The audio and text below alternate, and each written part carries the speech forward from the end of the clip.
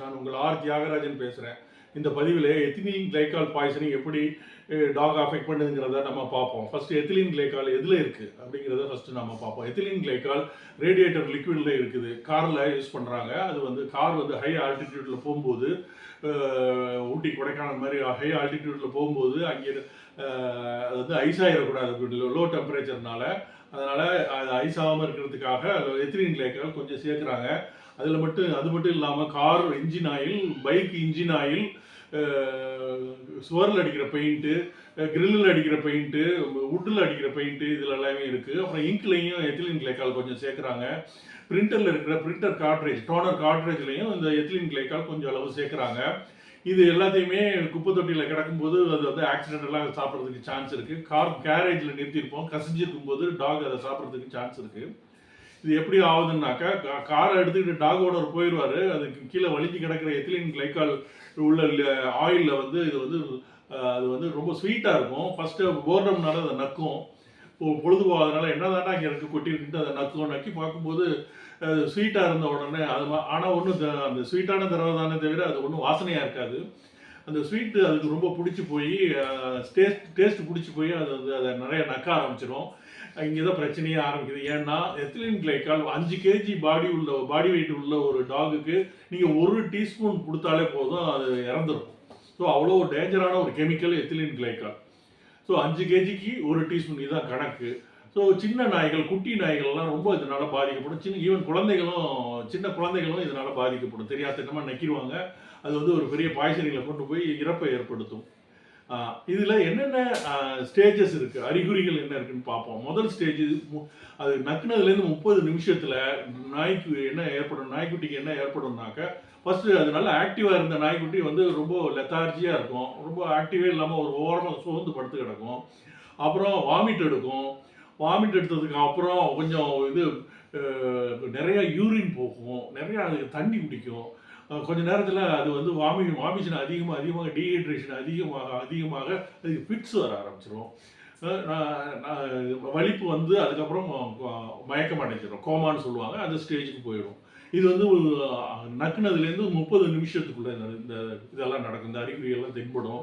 அதுக்கப்புறம் 2வது ஸ்டேஜ் அது வந்து 12லேருந்து 24 மணி நேரம். இந்த நேரத்தில் பிளட்டில் இருந்தது எல்லாமே திசுக்களுக்குள்ளே போயிடும். அதனால் அது வந்து எத்திலீன் கிளைக்கால் வந்து அதிகமாக பிளட்டில் இருக்காது. அதனால் அது கொஞ்சம் கொஞ்சமாக ரிவைவ் ஆகும். லெத்தார்ஜியாக இருந்தது ஆக்டிவாக இருக்கும், வாமிஷன் நின்றுடும். ஆனால் டீஹைட்ரேஷன் மட்டும் அதிகமாக இருக்கும். அதாவது யூரின் நிறைய போயிட்டே இருக்கும். இதனால் பிளட்டு திக்காகிடும், ஹார்ட் ரேட் இன்க்ரீஸ் ஆகும், சுவாசமும் இன்க்ரீஸ் ஆகிடும். சுவாசத்தோட ரெஸ்பிரேட்டரி ரேட்டுன்னு சொல்லுவோம், அதுவும் இன்க்ரீஸ் ஆகும். சீக்கிரமாக மூச்சு விட்டு சீக்கிரமாக மூச்சை விடும். இது வந்து 12லேருந்து 24 மணி நேரத்தில் இதெல்லாம் இந்த அறிகுறியெல்லாம் தென்படும். அதுக்கப்புறம் இதை பார்த்துட்டு எல்லாம் ரிவைவ் ஆகிடுச்சு அப்படின்னு ஒரு ஃபால்ஸ் ஹோப் டாக் ஓனருக்கு வந்துடும். ஆனால் இது தப்பு. இது ரொம்ப டேஞ்சரான விஷயம். ஏன்னா அடுத்து 36லேருந்து 72 மணி நேரத்தில் மறுபடியும் இதெல்லாம் ரெக்கர் ஆகும். மறுபடியும் லெத்தார்ஜினஸ் வரும், வாமிஷன் மறுபடியும் வரும். அதுக்கப்புறம் கோமா, ஃபிட்ஸு இதெல்லாம் வர ஆரம்பிச்சிடும். இது வந்து அதுக்கப்புறம் அது வந்து மரணத்தில் கொண்டு போய் முடியும்.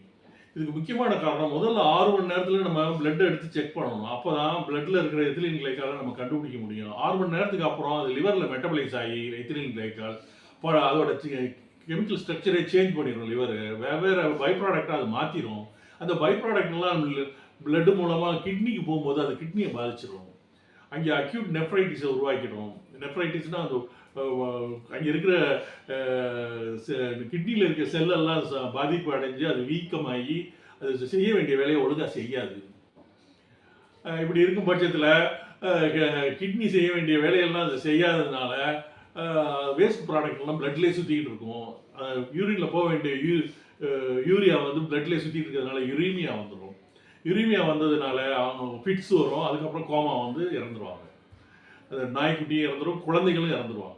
ஸோ இதனால் எத்திலீன் கிளைக்கால் வந்து ரொம்ப ரொம்ப ஒரு மோசமான பாய்சனிங்கு. இதை கண்டுபிடிக்கிறதுக்கு ஒரே டயக்னோசிஸ் வந்து 90% ஹிஸ்ட்ரி வச்சு தான். அந்த நாய் வந்து நக்குனதை பார்த்தாங்கன்னாக்க அதை சொல்லிடுவாங்க. இல்லாட்டினா நாம உட்ஸ் லேம்ப் டெஸ்ட் அனுமானிச்சு இந்த சிம்டம்ஸ் எல்லாம் பார்த்து இது எத்திலின் கிளைக்கால் பாய்சனிங்காக இருக்குமோன்னு வெட்டினரியன் நினைச்சாருன்னா உட்ஸ் லேம்ப் டெஸ்ட்னு ஒன்று இருக்கு. அதாவது அல்ட்ரா வயலட் பிளாக் ரேடியேஷன் மூலமாக பார்க்குறது. அந்த உட்ஸ் லேம்பை வச்சு நம்ம யூரினில் அது அடித்த யூரின் இடத்துல அதை யூரின் போன இடத்துல அடித்தோம்னா யூரின் மேலே அடித்தோம்னாக்கா எத்திலின் கிளைக்கால் யூரினில் இருந்ததுனாக்க அது வந்து ஒரு இதை க்ரீன் கலரில் ஒரு ஃப்ளாரசன்ஸ் கிடைக்கும், பிரகாசம் தெரியும். அதை வச்சு நம்ம கண்டுபிடிச்சிடலாம். அது மட்டும் இல்லாமல் அது அது நக்குனதுனால மூக்குலையும் கொஞ்சம் பட்டிருக்கும். அது திரவத்து மேலே அது நடந்ததுனால கால் நுனிலையும் அது பட்டிருக்கும். அங்கேயும் நம்ம அந்த உட்ஸ் லேம்பை வச்சு அடித்து பார்க்கலாம். அடித்து பார்க்கும்போது அந்த மசில்லையும் அதாவது மூக்கு நுனியிலையும் கால் நுனியிலையும் க்ரீன் கலரில் பிரகாசமாக தெரிஞ்சதுனாக்க ஒளி தெரிஞ்சதுனாக்க அது நம்ம எத்திலின் கிளைக்கால்னு நம்ம முடிவு பண்ணிடலாம். இதுக்கு ட்ரீட்மெண்ட் வந்து மேக்ஸிமம் டயக்னோசிஸ் 1 மணி நேரத்துலேருந்து 6 மணி நேரத்துக்குள்ளே பண்ணி 6லேருந்து 10 மணி நேரத்துக்குள்ளே ஆன்டிடோட் கொடுத்தாகணும் வெட்டினரியனோட கன்சல்டேஷன் பிரகாரம். அப்படி கொடுத்தா தான் நாய் பிழைக்கும். கொஞ்சம் லெத்தார்ஜியாக இருந்தாக்க நாய் இறப்பில் கொண்டு போய் விட்டுருவோம். அதனால் எத்திலின் கிளைக்கால் பாய்சனிங் முக்கியமாக நீங்கள் கார் வச்சுருக்கீங்க, பிரிண்டர் வச்சுருக்கீங்க வீட்டில் அப்படின்னாக்கா இதை கொஞ்சம் ஜாக்கிரதையாக பார்க்க வேண்டியது. ரீசெண்டாக நீங்கள் சுவர்லையோ அல்லது கிரில்லையோ பெயிண்ட் அடிக்கிறீங்கன்னாக்கா இதை நீங்கள் கொஞ்சம் உங்களோட டாகை நீங்கள் வாட்ச் பண்ணி நக்காமல் பார்த்துக்கணும். இந்த பதிவை முடிக்கிறதுக்கு முன்னாடி இது வரைக்கும் நீங்கள் சப்ஸ்கிரைப் பண்ணாமல் இருந்தீங்கன்னா please subscribe for the channel. நன்றி, வணக்கம்.